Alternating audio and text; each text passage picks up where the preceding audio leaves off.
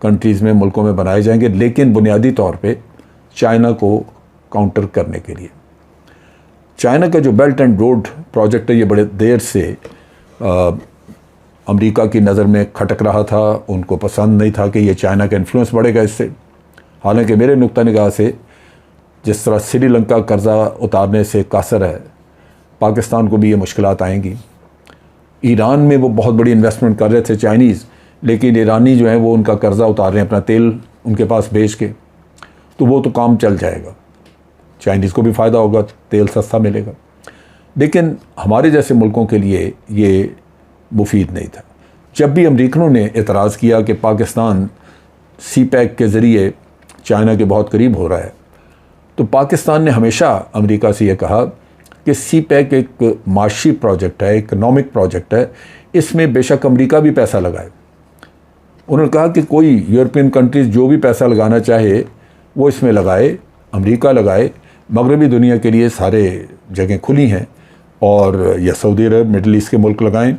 ہمیں کوئی اعتراض نہیں، اور چائنا کو بھی اعتراض نہیں ہوگا۔ لیکن ہر صورت ریلوے لائن آپ نے اپ گریڈ کرنی ہے، نئی ریلوے لائن اگر آپ نے دریائے سندھ کے ساتھ ساتھ لگانی ہے، یا آپ نے سڑکیں اپ گریڈ کرنی ہے، نئی ہائی ویز بننی ہے، تو یہ سارا قرضے پہ ہے، جس کا خرچہ اٹھانے کے لیے پاکستان کی اپنی اکانومی میں سخت نہیں تھی۔ اب جب امریکہ یہ پروجیکٹس لے کے آیا ہے تو اس میں ایک تو گرانٹس شامل ہیں، یعنی گرانٹس کا مطلب یہ ہے کہ وہ قرضے نہیں ہیں، وہ آپ کے ہاں آ کے کوئی چیز بنا دی تو وہ آپ کو دے دی۔ یہ بہت بڑی اٹریکشن، اور پہلے بھی یہ مغربی دنیا یہ کام کرتی رہی ہے۔ اب جو بائیڈن اس کے بارے میں ایک اپنی پلان جو ہے وہ یہ G7 کے لیڈرز کے ساتھ مل کے یہ اس کا اناؤنس کریں گے، تو اس سے ذرا اور چیزیں واضح ہو جائیں گی کہ کیا پروجیکٹس اور کس قسم کے آ رہے ہیں، اور اس میں اپرچونٹیز نئی قسم کی نکلیں گی۔ چائنیز کو بھی شاید اپنے پروجیکٹس اور اپنے انفراسٹرکچر کے سارے اسٹرکچر کو امپروو کرنا پڑے، اس کی کنڈیشنز کچھ نرم کرنی پڑیں، کیونکہ آج دن تک تو چائنا نے پیسہ لگایا، اور جس کے ہاں لگایا ہے وہ ملک اس کے ایک طرح کے قرضوں میں ڈوب گیا۔ اب یہاں پہ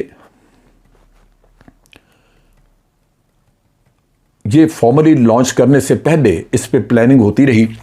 اور اس کا نام انہوں نے رکھا ہے partnership for global infrastructure and investment. یہ چھوٹے ملکوں کے ساتھ پارٹنرشپ ہے۔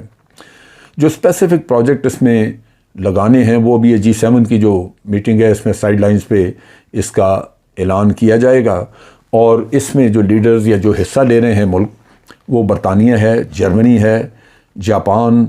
اور یورپین یونین بھی ہے، کینیڈا ہے۔ اس میں فرانس اس میں شامل نہیں ہے۔ اس کی وجہ یہ ہے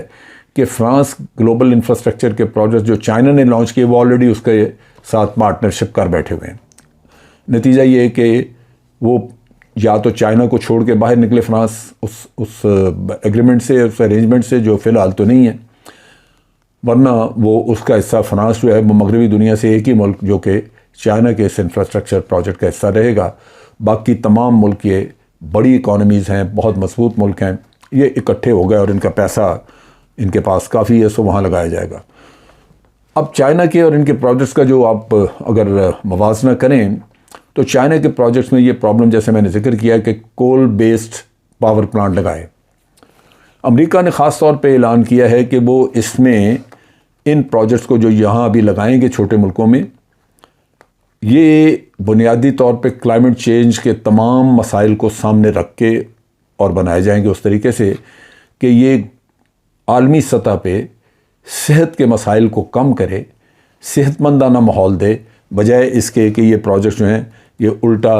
وہاں پہ دھواں اور گرمی اور یہ چیزیں جو کہ ماحول کو خراب کریں اور لوگوں میں بیماریاں پھیلیں۔ پھر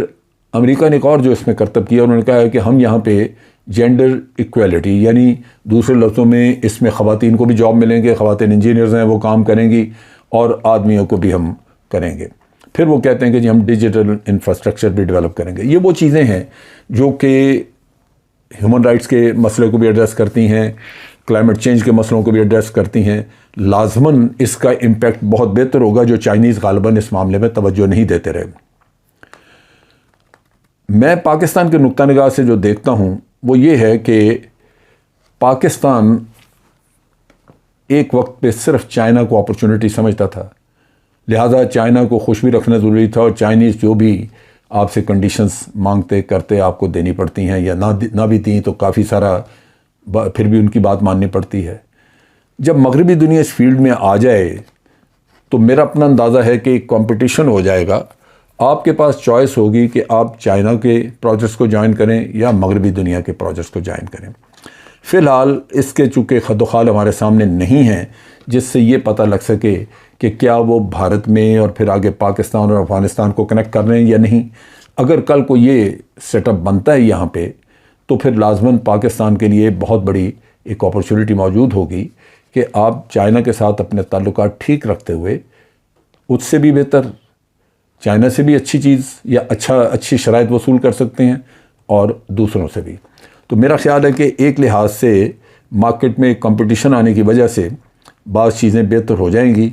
اور ابھی تک چونکہ یہ ساری تفصیل نہیں پتہ لگی تو اس میں کتنے ملک ہیں۔ چائنا نے جو بنایا تھا وہ تقریباً 100 ملک اس میں شامل تھے، اور بہت بڑی اماؤنٹ تھی، لیکن چائنا خود اکیلا لگا رہا تھا۔ اب یہاں پہ اماؤنٹ شاید زیادہ لگائی جا سکیں مغربی دنیا سے، کیونکہ یہ پھر ایک کولیشن ہے اور بہت ہی طاقتور اکانومیز اس میں شریک ہیں۔ ان کی وجہ سے لگتا یہ ہے کہ اچھے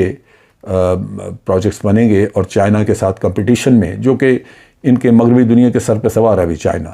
تو اس سے آگے نکلنے کے لیے، اس کے پروجیکٹ کو پیچھے چھوڑنے کے لیے لازماً یہ بہتر ٹرمز دیں گے، بہتر کنڈیشنز آپ کے ساتھ طے کریں گے، اور کوشش کریں گے کہ ان کے پروجیکٹ جو ہیں وہ کامیاب ہوں۔ لہذا ہو سکتا ہے کہ پاکستان اگر ہوش مندی سے کام لے تو اس سچویشن سے آئندہ کے لیے بہتر فائدہ اٹھا سکے، جہاں دونوں قوتوں کا کمپٹیشن ہے، اور آپ کے لیے ہو سکتا ہے کہ دونوں سائڈ سے بہتر کنڈیشنز آپ کو آفر ہوں اور آپ ان کا حصہ بن سکیں۔ امید تو ہے کہ یہ چیز جو کہ ایک ڈیولپمنٹل ورک ہے، اس سے دنیا میں امن کو بھی کچھ فروغ ملے گا، اور اس کے ساتھ ساتھ معاشی ترقی بھی ہوگی۔ آج کے لیے اتنا ہی۔ افواج پاکستان زندہ باد، پاکستان پائندہ باد۔